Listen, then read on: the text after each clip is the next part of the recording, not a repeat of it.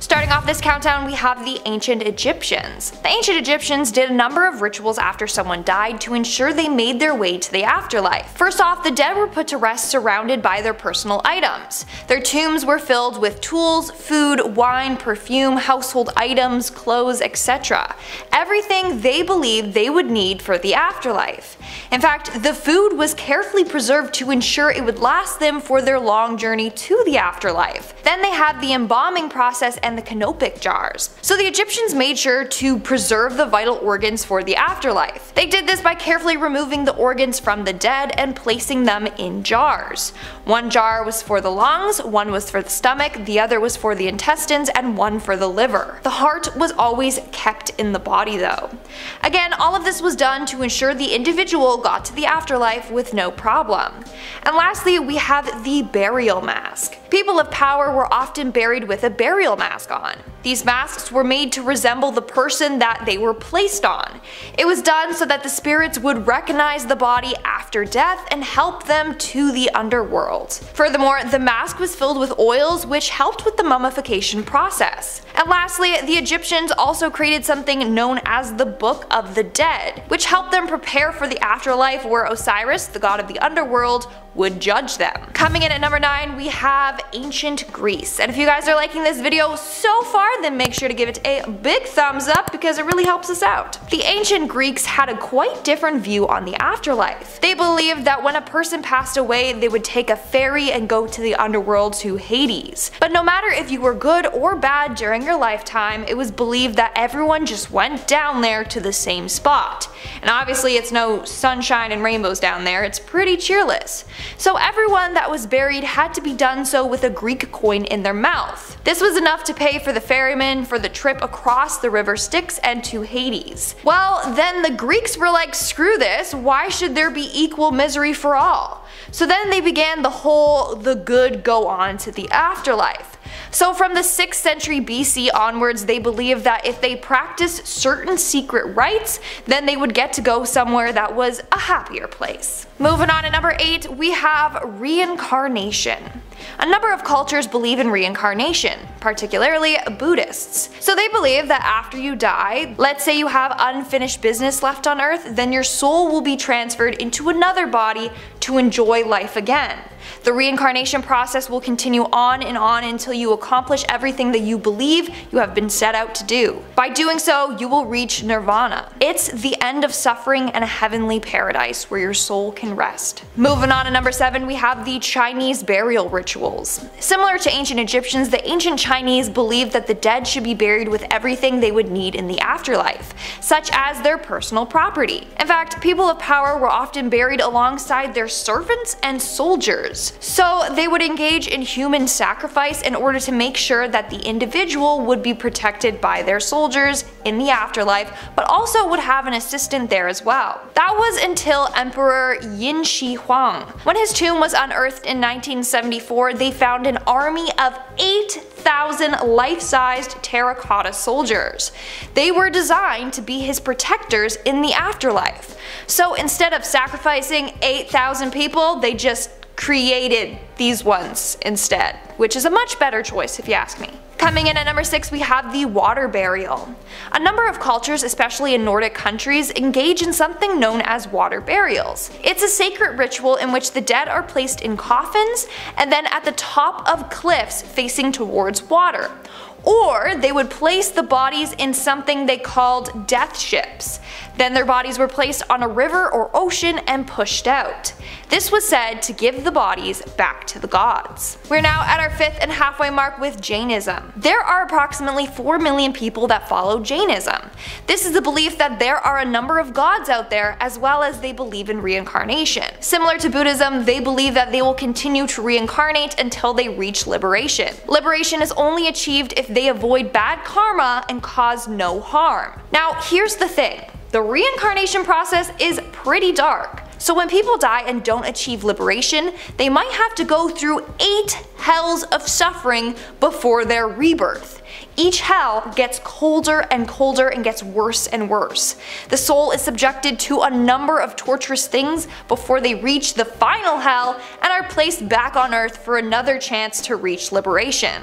Once they do, their soul gets a place among the gods. In our fourth spot today, we have the Chinese traditional religion. Individuals who follow the Chinese traditional religion believe in a peaceful life after death. In order to do so, the individual needs to perform specific rituals to honor their ancestors, like partaking in prayers, ancestor worship, longevity practices, and more. Now, upon death, the god Cheng Wang will determine whether someone's spirit is good enough to go to paradise, or if they will go to hell and then reincarnate to try again at life. Moving on to number 3, we have the Aztecs. The Aztecs believe that when someone died, they would enter one of 3 places in the afterlife. Sorry if I pronounced this wrong, but they are the Mictlan, Tlalocan, or the Sun. Mictlan is the underworld. Those that lost their lives from horrible causes would end up there. Tlalocan is a paradise ruled by a rain deity. So those that lost their lives by drowning or by getting struck by lightning or even by dying from a disease associated with the rain deity would be sent there. And those that lost their lives during childbirth or any fallen warriors would transform into hummingbirds. In our second spot today, we have the Mayan burial rituals. The ancient Mayans viewed getting to the afterlife as a dangerous trip. As a result, they buried the dead in a way that they believed was easier for the soul to pass through the afterlife and into paradise. So the dead were buried with maize, aka corn, in their mouths. That to them was a symbol of the rebirth of their souls. It was also said to provide them with nourishment on their journey. Additionally, their bodies were positioned in their graves in the direction of the Mayan paradise. They believed this would make it easier for them to get to the afterlife. And lastly, their bodies were sprinkled with red cinnabar and wrapped in cotton. This was said to be a disguise for them to avoid being attacked by demons while on their journey. Everyone who passed away had to go on this journey except for those who died at childbirth or died from sacrifice, battle, or took their own lives. If this was the case, it was believed that their soul would pass directly into paradise. And in our number 1 spot today, we have the lost souls. Now let's talk about the poor souls that can't find peace and are stuck here on earth. These are what we know of as ghosts. Now ghosts are often tied to the location of their death. They often are stuck in that area if their death was sudden, like they were murdered. They then may start off not realizing that they are actually dead. Sadly, most ghosts won't be able to leave until they find peace, whether that be getting justice or help catch their killer or saying goodbye to their family. It makes it even harder though when they don't receive a proper burial or if their body was never found. These ghosts are stuck haunting the earth until their body is found and they can reunite with it, or until they receive a proper send-off, for example, a funeral. If not, they might never reach the afterlife. Now I feel bad for ghosts, like I'm not afraid of them anymore. I just want to help them. Starting off this countdown, we have the sky burial. In Tibet, Buddhists who believe in sending their loved one's soul towards heaven will partake in something known as the sky burial. Basically, it involves leaving the deceased bodies on top of a mountain to decompose naturally or to be eaten by birds and other animals. This was done for a number of reasons. First, it was considered as an act of generosity because they are providing food to sustain life, other animals. Second, it was also believed to help unite the deceased person with the sky or sacred realm.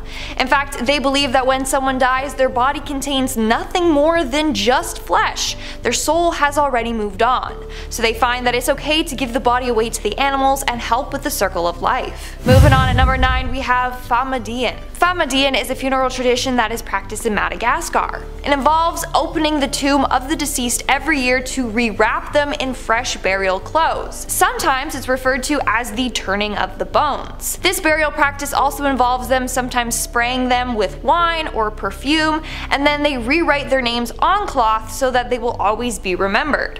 Then the bodies are taken out of the tomb for community festivities. This is all done to help push the spirit of the dead towards the afterlife, as well as to show that they haven't forgot about their ancestors. Coming in at number 8, we have the ceremonial suit of jade. During the Han Dynasty, royal members were often buried in ceremonial suits of jade. This was done for a number of reasons. 1. It was said that the suit would preserve their flesh for eternity. 2. The suit would protect their body as they went into the afterlife. And 3. The Han rulers believed that jade would preserve the souls attached to it. So basically, these suits were created by cutting jade into square, rectangular, and triangular shapes.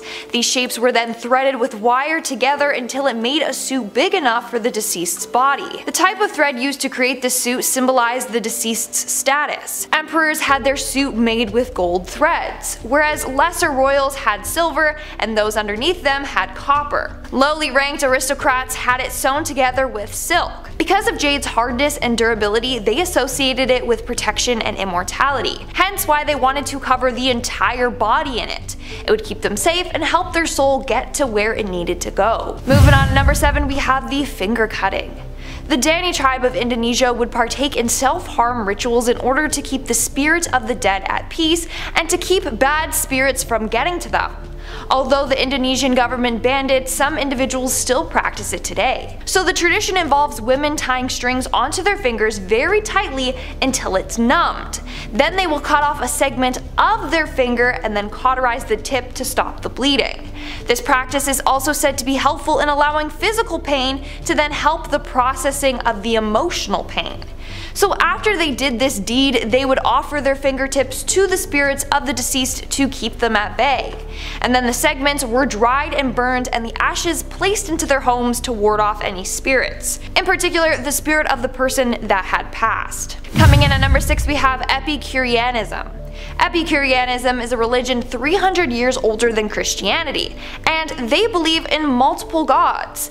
But none of these gods are watching humans and seeing what we're up to. In fact, they don't even believe in an afterlife or reincarnation or heaven or hell.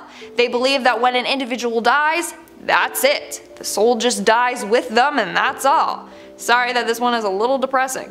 They believe, and I quote, "Death is nothing to us, for that which is dissolved is without sensation, and that which lacks sensation is nothing to us." It's also said that we should never fear death. Here's another quote: "While we exist, death is not present, and when death is present, we no longer exist." So basically, when we die, we won't know that we died, so what's the point of fearing death? We're now at our 5th and halfway mark with Christianity. Christianity is believed to be the biggest religion in the world with the most followers. So you might be a little familiar with the Christian beliefs. Basically, upon death, it's believed that they will come face to face with God and be judged for the deeds they have done or failed to do during their lifetime. If you have been a loyal follower of Christ, you will be granted eternal life in heaven, which is said to be a place devoid of pain, crying, or mourning. Then you have hell.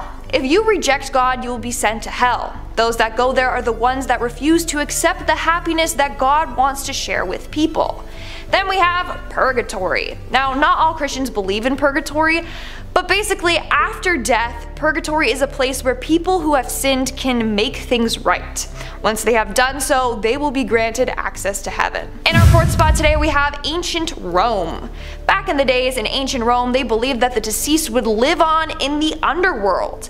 Similar to ancient Greece, they have the ruler of the underworld that is like an equivalent to Hades. In the underworld, there is the fields of Elysium where the souls of the blessed reside. Or you have Tartarus, where the damned gets to live. The unburied, though, would wait restlessly on the shores of the river Styx. Those who weren't buried were considered to haunt the living. Continuing on, they believe that souls of infants, falsely accused criminals, and people that took their own life would live in a limbo-like realm. Not only that, but some believed in reincarnation as well. Moving on to number 3, we have Norse religion. In Norse religion, after death, it was said that warriors were sent into these great realms. But in order to get there, they needed a vessel. So when someone died, back then, Vikings would place their body on a boat and push them off to sea.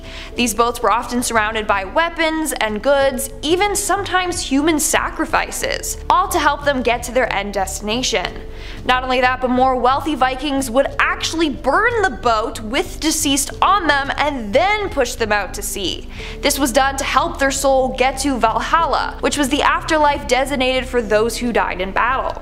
The Vikings also would break the concept of the soul into 4 aspects. Pardon me if I pronounce these wrong, I probably will, but the 4 aspects were the hammer, the hugger, the phlygia, and the hemingia. The hammer was a person's physical appearance, which could change upon death. The hugger was the personality of someone which would continue on with that person after death. In fact, they believed that one's hugger would pass into the body of a newborn relative. The phlygia was basically their spirit animal. For example, a warrior might have a wolf or a bear as theirs. It was believed that this would cease to exist after death. And then we have the hemingia, which was the success one received in life. This would also be continued on in the family after the person's death. In our second spot, we have purgatory. Now, I briefly touched upon this, but let me go into more detail. Followers of the Catholic Church have embraced the concept of purgatory. Basically, those that died but are seen as imperfect in God's eyes have to go and cleanse their soul from sin and undergo purification. Some refer to purgatory as a cleansing fire that they go through. They believe that purgatory isn't a place but a spiritual state of the soul. Now, who goes to purgatory? Well, let's break it down. Obviously, those that live a very holy life go straight to heaven. Same with those who suffer from disease, poverty, or persecution. Those that are not bad enough to go to hell, but are not good enough to go to heaven, go to purgatory. Then, after their cleansing, they're allowed into heaven. And in our number 1 spot today, we have the hanging coffins. The people of Sagada in the Philippines like to place the dead in wooden coffins, which were then attached to the side of mountains underneath natural overhangs. The coffins were small because the bodies inside of them were placed in a fetal position. This was done because they believed that people should leave the world in the same position that they entered it. Now, the coffins were placed on the mountainsides for a number of reasons. 1, it's difficult to reach, so they will never be disturbed. And 2, the coffin was closer to the sky, meaning the deceased were closer to heaven, so it was easier for them to reach it. Getting off the list at number 10. An open field. Coming from a user named Ursa Lee Minor, who at the end of the story reinforces the fact that they're not religious. This isn't a medical versus spiritual debate, this was just their experience, so I figured I'd lead with that, as that's the case for most of these stories. But this user claims to have seen the other side after being admitted to an ICU. They saw this field with trees on both sides and then water right at the end of it. Like those fields with the electrical lines that run through with no houses, no residents. It's calm, but it's a long clear area surrounded by trees. But in the center there was a very large oak tree and it had this massive presence, and it told them, the tree told them, that they were not done living yet and should return back to life. But they reminded this figure that they were very sick in real life and that this seemed like a nice place. The forest, they note, felt dark and scary though, those trees on both sides. It felt like a place they didn't want to go, only towards the water. And then they saw a bright light and woke up in the ICU. Again, they don't want a religious debate or anything, that's just their experience. Forest bad, water good. Duly noted. In our number 9 spot today, we have Fields of Gold. This story comes from a Reddit thread in which the original poster asked the question of what those who had died and been resuscitated remembered seeing. A Reddit user replied to the thread and explained a story that their mom had told them about when her heart stopped during surgery. Their mom thankfully was brought back, and when she recovered enough and woke up from surgery, she later explained that all she remembered was being in a field of flowers. So here I am, hearing that, thinking of the Wizard of Oz, everyone's just skipping down the yellow brick road, but as it turns out, maybe it's absolutely nothing like that. There was one Redditor who commented on this story with a hot take that kind of made me feel a little uneasy about the whole thing. They explained how it makes sense that a field of flowers is traditionally a more calming image, but that it feels odd to them. A little unnerving and empty, totally devoid of any other people. I'm not gonna lie, that does sound quite eerie, but I'm sure for some of you watching this video that truly sounds like heaven. Number 8. A life lesson. This next one comes from a user named Harry and Lana. One semester they had a class where this man came in to explain his near-death experience. What a powerful class. Our only guess would be like, you know, people who wrote one poem 10 years ago. You're like, great, I'm gonna fall asleep in this class. This man was kayaking with a friend. He ended up flipping his kayak over, and then he got sucked under by the current. His friend had to watch him pass out underwater and get dragged down the river. Just a nightmare of a scene. But during his time unconscious, the man described this dark place almost as if it was a cave, but the walls were soft and velvet-like. At the end of this cave, there was a plethora of colors. He described it as a kaleidoscope, one would say, or a stained glass window. Either way, it was beautiful. But he saw these dark figures passing by on the other side of this glass. Moments after one of the most frightening experiences of his life, he said he felt comfort and peace. He felt like God wanted him to be there, but he also said that you must have to be pretty terrible to go to hell because he himself wasn't the greatest of guys before this accident. His friend caught up to his body, luckily, and he was able to revive him, but now this man feels a stronger connection with everybody and he's grateful to have had this experience. This user finishes the story saying that they hope this was calming to hear, as other encounters are quite scary. Yeah, it was calming, thank you, and also we're glad that you're alive. Sweet. In our number 7 spot today we have the gates of hell. Veronica Ulrich Barthel was 22 years old in 1981, and that is when she was struck by lightning while she was driving. I always thought that that was impossible, but turns out everyone just lied to me as a kid. But I'll unpack that later, I guess.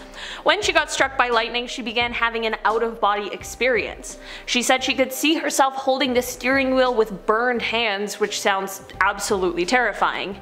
She then said she went on a journey through a tunnel which led her to be standing in front of a gate that read, "Welcome to Hell." Yeah, okay, I thought the burned hands were bad, but this might be worse. She then explains that she was brought to a waiting room, which sounds a lot like hell, and that she could see people suffering in torment, and I was like, yeah, we've all been in a waiting room before, we get it. She then said that she met someone who she presumed to be Jesus, but who really knows? Whoever this mystery man was, he sent her back to her body. When she came back into the physical world, apparently all she could do was scream, "I was dead and in hell," over and over and over again. Number 6. Annabel Beam. At just age 4, Annabel Beam was diagnosed with 2 life-threatening digestive disorders, and by the time she was 8 years old, she was struggling quite a bit. She was sitting in a tree just thinking about life. She was up high, maybe 30 feet up, but all of a sudden the branch that she was sitting on broke and she fell down into a hollow part of the base of the tree. She was stuck there for 6 hours, but during that time, she said that she died and went to heaven. They actually made a movie about this. It came out in 2016 with Jennifer Gardner. It's called Miracles from Heaven. Fun fact, when I worked at a movie theater that year, I actually had to assemble the tree of life in the front lobby. It was a rough morning, a lot of leaves, but you know what, great film, go check it out. But the story is wild, it's a real story, and after she fell, she was all of a sudden with Jesus, with J-Lord himself. And Jesus told her that after the firefighters got her out, she won't be sick anymore, and that she has plans to fulfill here on earth. When she did wake up later, she was indeed no longer sick, and her mother wrote the book Miracles from Heaven. In our number 5 spot today we have poor Michelangelo. This is another Reddit story that pertains to an experience someone's mom had. The Redditor explained that their mom had a brain aneurysm that was nearly fatal. There was a point where the doctors were telling the Redditor that their mom likely wasn't going to make it, but thankfully by some miracle their mother was able to make a full recovery. She later told the Redditor that after experiencing several hours of pain, she eventually just felt total peace, lightness, and relaxed happiness. This is super nice, which is why I had to include it, but it's actually not what I want to talk about today.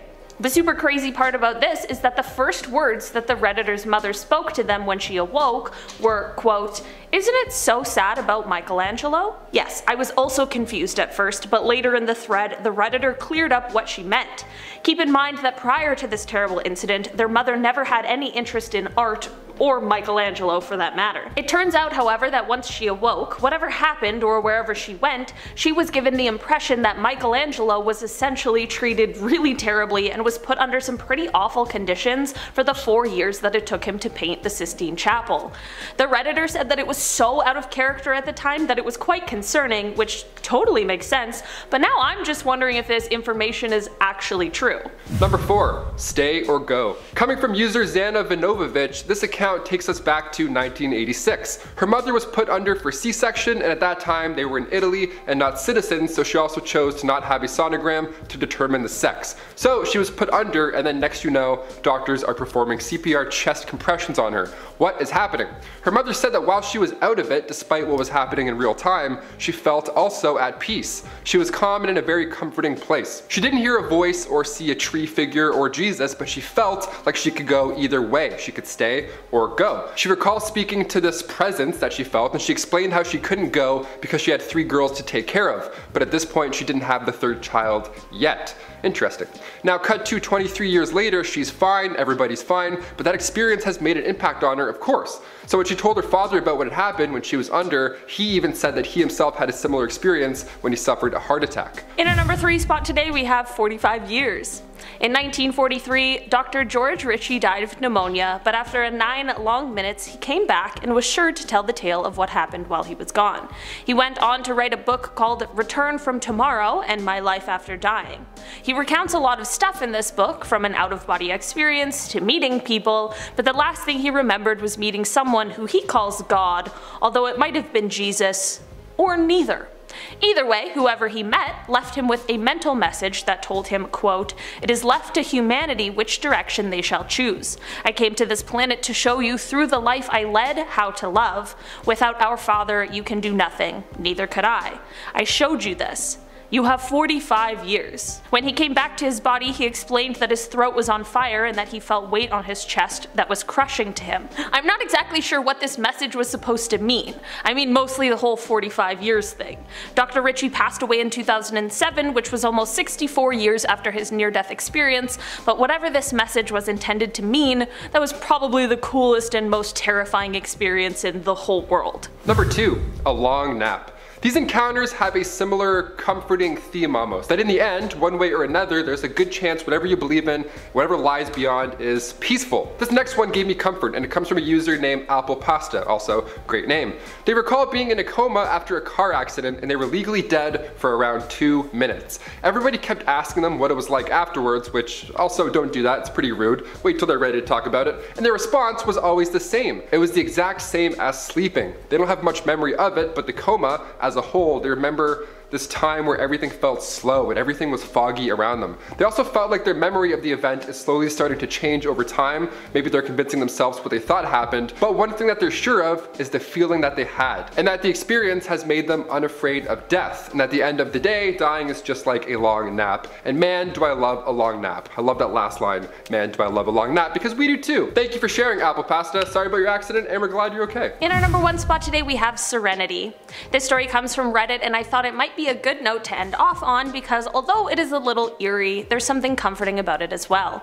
The Redditor explained that their grandma was a nurse for her whole life and that during her time she had only ever seen 2 people be resuscitated. One of them was a teenage boy and the other was years and years later, and it was a middle-aged, tough as nails, biker type guy. Neither of them were particularly religious or had any kind of spiritual affiliation, but what was striking to her was that both of them had the same reaction to being brought back, and that was how they both said something along the lines of, "Why'd they do that?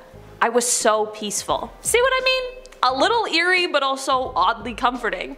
Aside from that woman who went to the gates of hell, a lot of people I've talked about today have had fairly calming experiences wherever they went during their near-death experience, and I think that that's something that can make us all feel a little bit better about what sits beyond us in the unknown. Number 10, lights and stars. When you bump your head or maybe you stand up too quickly, you always see stars floating around your head. It's almost like a cartoon. This happens when the tissues in your occipital lobe get moved around, so in turn your brain will send electrical impulses and our big dumb heads will see that as beautiful stars. A user by the name of Old Belgian Smurf might just have you beat. They almost died a year ago from drowning and the experience changed them forever, obviously. They'd been dead for an uncertain amount of minutes, but luckily first responders were able to pull them out of the water and revive them. They say it took 2 minutes to bring them back to life, but during that time, Old Belgian Smurf was seeing the unimaginable. Basically all I saw was blackness followed by many lights, lights that became stars, and then stars that turned into something I cannot even describe. I didn't feel anything. First of all, we're glad you're okay, that experience must have been horrific, but secondly, it brings me comfort that they didn't feel anything. A lot of these stories that we're finding usually have that as a common denominator here. There's no pain. And as for the stars that turn into something completely different, that excites me almost. I feel like we're all just in this big cosmic brain floating around in space, so maybe the afterlife was just that. Just quiet cosmos for all of eternity. I'm so on board with this. I'd rather a black hole than a field of daisies. At least then I won't sneeze for eternity. Sounds annoying.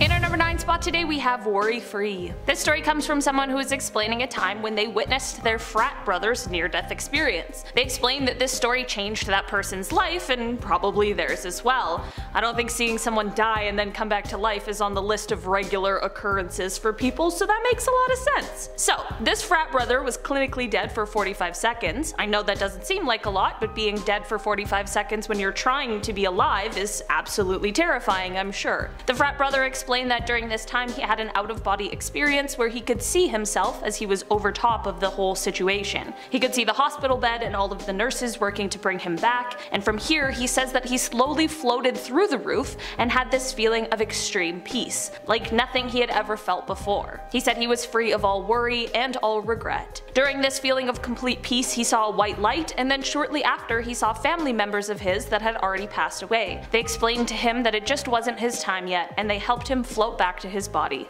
Yeah, absolutely terrifying, but probably the coolest thing ever, too. Number 8. Stairway to Heaven. The last thing I want to do after I die is climb a stairway to heaven. That sounds like a lot of stairs. I don't want to run up Bowser's never-ending staircase after I die. I have horrible knees. No thank you. Back in the 90s, a man named Tony Sikoria was hit by lightning, and like others on our part 1, he luckily survived to talk about his experience. He was an orthopedic surgeon, and after he got hit, he saw, well, a stairway to heaven, just like the Zeppelin song. He explained to the New Yorker what it felt like. He said he could feel his body being propelled up the stairs, so no actual climbing.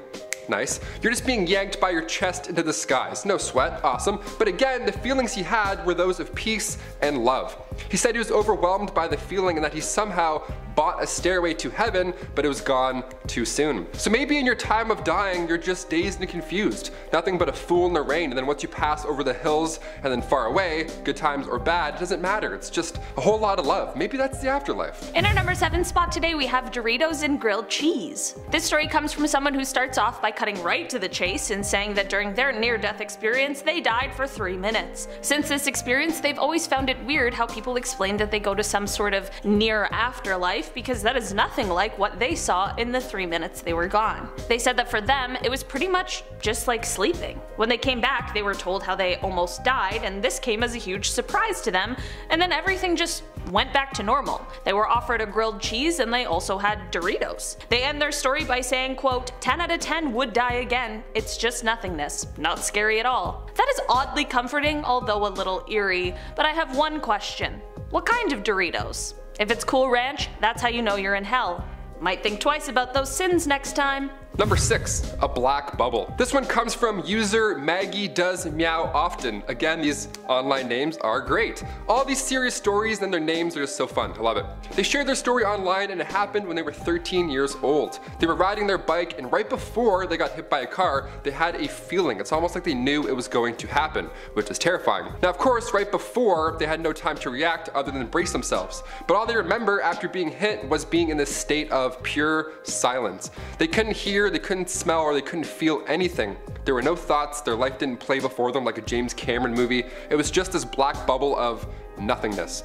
And again, they've never felt more peaceful in their entire life. It felt like they were there for hours, but in reality it was just less than a minute. They woke up, of course, to chaos, cars were surrounding them, pretty much the exact opposite of what they just saw, but we're glad you're okay. Thanks for sharing, Maggie Does Meow Often. Also, never change your name, ever. Thanks. In our number 5 spot today we have the Shadow People. This story comes from someone who was in the hospital with a brain bleed and things were really not looking good. It was at the point where their family was saying goodbye and this person was being put under to see if the doctors could get things under control in a sort of Hail Mary situation. Just all around an absolutely terrifying thing to have happen. So the family is saying goodbye, and that's when this person sees 3 shadow people at the foot of their bed. I gotta say, out of all of the stories we've heard in part 1 and part 2, this has gotta be the least comforting. Most people are talking about going through a field of flowers and this person gets shadow people?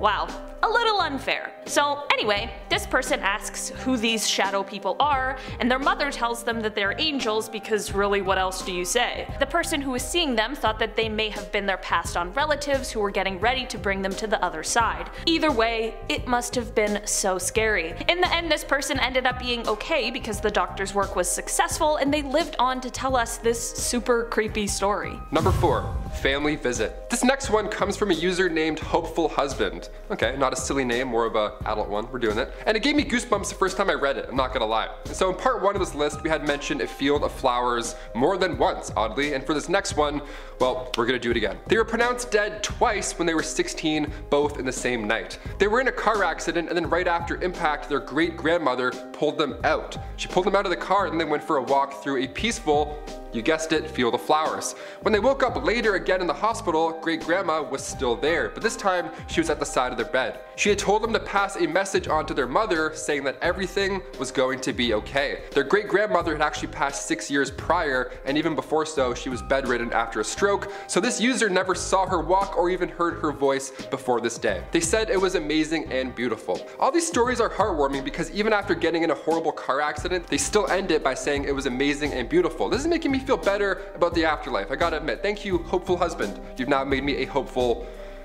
single guy. I don't have a cool name yet, sorry.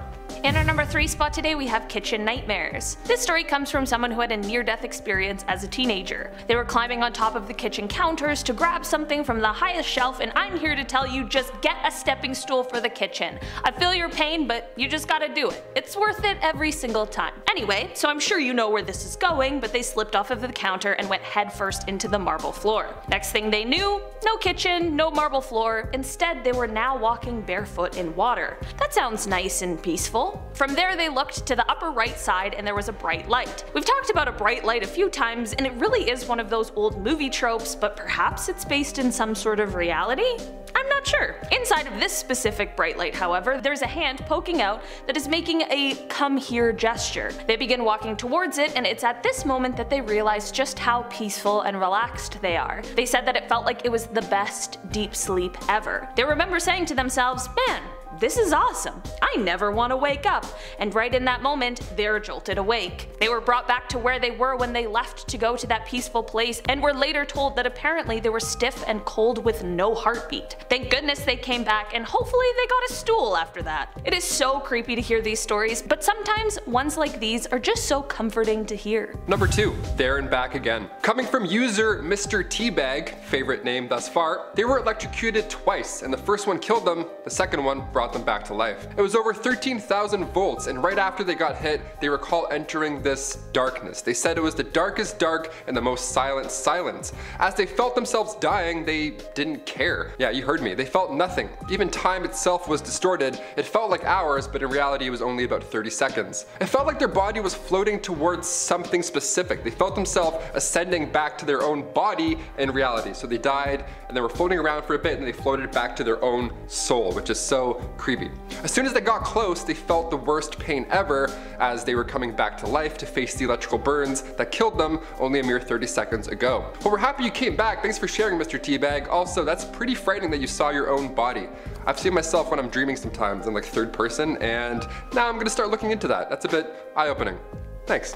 In our number 1 spot today, we have the waiting room. This story comes from someone who was in the hospital for a chronic illness, and then they ended up passing out because their fever was so high. They were rushed to emergency surgery, and this is when their heart stopped on the operating table. They were out for 6 minutes before being revived, and this is what they experienced during that time. They say it was like floating in water, kind of. Like they had no body, but their soul or spirit or whatever you want to call it, it was floating in this sort of infinite blackness outside of time, and they felt like they were there forever, even though it was only 6 minutes. They explained that it was just completely peaceful. No cares, no worries, no fear, no pain, just calmness and content. During this, however, they can't explain how, but they knew it wasn't the end place. It was more like a waiting room, and they knew that if their name was called, they'd go somewhere else, so they were just waiting there, floating, content, until someone called their name, but it never came. Eventually they fell hard and fast. They said it was absolutely terrifying, and that is when they woke up with a bright light shining in their face and beeping in their ears and a tube in their throat. Right back full of worries, fear, and probably pain as well. They end their story by explaining that they've had quite a few surgeries in their life and have never had a similar experience, so they know it wasn't the anesthetic they were given. The only difference between this surgery and the others is that 6 minutes that they were gone for.